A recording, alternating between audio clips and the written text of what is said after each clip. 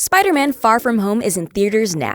Peter Parker and his friends are back, and so is the mid- and post-credits stinger formula the MCU is known for. Far From Home gives us some of the meatiest teases yet for things to come in the mysterious Phase 4. If you couldn't already tell, there are major spoilers ahead. Proceed with caution. Who is Spider-Man? He's a criminal, that's who he is. A vigilante. A public menace. The mid-credits scene gave us a surprise cameo from J. Jonah Jameson, the head honcho of the Daily Bugle. He was a featured part of Spider-Man films of years past, and in Far From Home, he finally gets his MCU debut. And much to my delight, he's played once again by none other than J.K. Simmons. Was there any other option? Cash money for a picture of Spider-Man. He doesn't want to be famous, and I'll make him infamous! The major reveal happens after Peter and his classmates return from Europe safely, only to learn that Mysterio had one final trick up his sleeve. He recorded the footage of his and Peter's confrontation and edited it, making Peter look like the mastermind behind the attack who murdered Beck in cold blood. And then he revealed Peter's secret identity and sent the whole package to the Daily Bugle for broadcast. That's right, not only did Jameson and the Bugle air a story to make Spider-Man look like a psychotic killer, the tape also outed Peter Parker to the world. And all Peter could do was watch helplessly as the footage played on a jumbotron in the middle of New York City.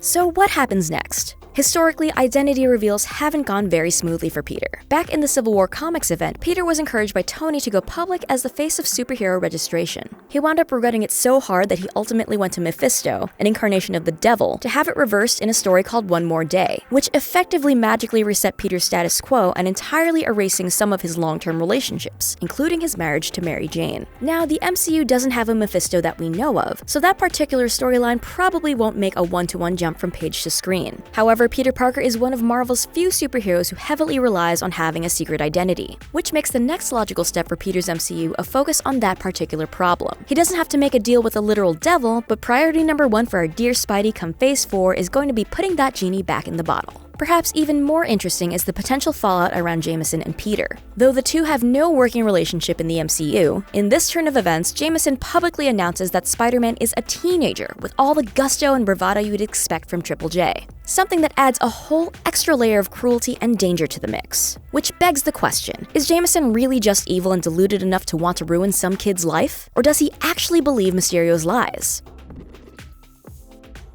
The major revelations didn't stop there. The post-credits scene features Maria Hill and Nick Fury as they leave the scene of Mysterio's major disaster, or so it seems. It turns out that the Maria and Fury we've been with for this movie aren't actually Maria and Fury at all. They're Skrulls. Talos and his wife Soren from Captain Marvel, to be exact. It turns out that Fury has actually been off-world this whole time with a full-on Skrull army based out of a space station. And he sent Talos to fill in for him while he caught up on a bit of vacation. Of course, this poses more questions than it answers. Just how long has Fury been working with the Skrulls? Since the 90s? Pre-Avengers? Has Talos really been dipping in and out of Earth since Captain Marvel? What are the Skrulls doing working with Fury? What's the goal? There's a throwaway line from Talos Fury in the movie about Kree's sleeper cells, which might be some indication of their mission. But there's no way to know if that's the whole story or not. The situation vaguely echoes one of Fury's many comic book mantles when he worked as the Man on the Wall, a sort of intergalactic protector of Earth from outer space. The duties weren't always the clearest or the most moral, as part of his job. Fury often found himself making the tough choices and involving both he and his operatives in less than ideal situations. But ultimately, as far as he was concerned, it was for the betterment of mankind. Fury's stint as the Man on the Wall ended up after an event called Original Sin, which involved Fury's conditional immortality finally giving up. Bucky Barnes briefly took over in his stead, though it's pretty doubtful we'll see anything like that happen in the MCU, at least for the foreseeable future. Bucky will be busy running around with Sam Wilson on their Disney Plus miniseries.